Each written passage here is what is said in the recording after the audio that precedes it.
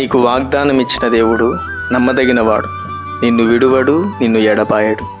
ప్రభు నామానికి మహిమ కలుగును గాక. చూడండి, ప్రతి ఉదయమే దేవుడు మాటతో ఒక మంచి లేఖనం ద్వారా ఒక మంచి మాట ఇచ్చి నీకు బలపరుస్తున్నాడు, ధైర్యపరుస్తున్నాడు, ఓదారుస్తున్నాడు. నిన్ను అన్ని విషయాల్లో ముందుకు నడిపించేది ఆయన మాటే.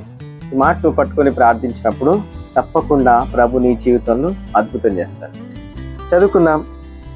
ఈ ఉదయకాలం ప్రభు నీకు ఇస్తున్న శ్రేష్టమైన మాట 66వ అధ్యాయం యెషయా గ్రంథం 13వ వచనం.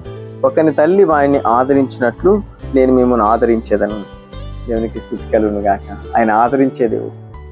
ఆయన అందరూ విడిచి వెళ్ళిపోయినా నేను నీతో ఉన్నాను, నీకు బలం ఇచ్చే దేవుడును, నిన్ను ముందుకు నడిపిస్తాను, భయపడకము అని చెప్పే దేవుడు. అని మన అందరూ విడిచిపెట్టచ్చు, అందరూ త్రోసేయచ్చు, అందరూ తృణీకరించవచ్చు, కానీ ప్రభు యేసుక్రీస్తు మాత్రం నిన్ను ఆదరిస్తాడు.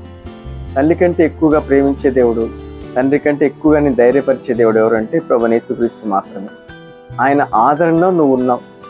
ఆయన ఆదరణకర్తగా నీ దగ్గరకు వచ్చే దేవుడు, నీ ప్రతి కన్నీటి బాష్పబిందువు తుడిచే దేవుడు.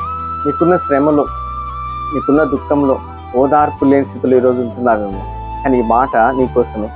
చూడండి, చాలా విషయాల్లో మనం కలవరపడతాం, భయపడతాం, అధైర్యపడతాం, కృంగిపోతాం. మనం అందరి వైపు చూస్తాం, కానీ యేసే వైపు చూడడానికి మాత్రం చాలా తక్కువ. కానీ ఆయన అంటున్నాడు, నువ్వు నా వైపు చూడు, నువ్వు నా యందు విశ్వాసం ఉంచు, నేను ఎక్కలేనంత ఎత్తైన కొండపైకి ఎక్కించి అందరినీ నీ దగ్గరకు వచ్చేలా చేస్తాను, అందరూ నీ మీద ఆధారపడేలా చేస్తానని ఉదయకాలం నీతో మాట్లాడుతున్నాను. ఎప్పుడైతే నువ్వు ఆయన్ని ఆశ్రయించావో, ఎప్పుడైతే నా దేవుడు నీవే అని ఆయన మీద విశ్వాసం ఉంచావో, నీ జీవితంలో ఆయన తప్పకుండా గొప్ప కార్యంలే చేస్తాడు. ఎప్పుడైనా ఆయన నీ జీవితంలో నిన్ను విడువని దేవుడు. చూడండి, మన బలహీన సమయంలో ప్రభునందు మనం ఆనుకున్నప్పుడు ఆయన నీకు మరలా బలం ఇచ్చే దేవుడు. ఎవ్వరు లేరని బాధపడుతూ ఉంటావు, ఎవరు నాతో మాట్లాడలేదని నువ్వు అనుకుంటూ ఉంటావు, కానీ నీకు ఎవ్వరు అవసరం లేదండి. ఆయనే నీతో మాట్లాడతాడు, ఆయనే నిన్ను నవ్విస్తాడు, ఆయనే నీకు సంతోషం ఇస్తాడు, ఆయన నీకు సమాధానం ఇచ్చి నడిపించేది. ఈరోజు నువ్వు ఆయన్ని ఆనుకో, ఆయన మీద ఆధారపడు. ఎందుకంటే ఆయన తల్లి వలె నిన్ను ఆదరించేది, నిన్ను ప్రోత్సాహపరిచే దేవుడు. నువ్వు ఈ పని చేయగలవని నీ వెనుతట్టి ధైర్యపరిచే దేవుడు.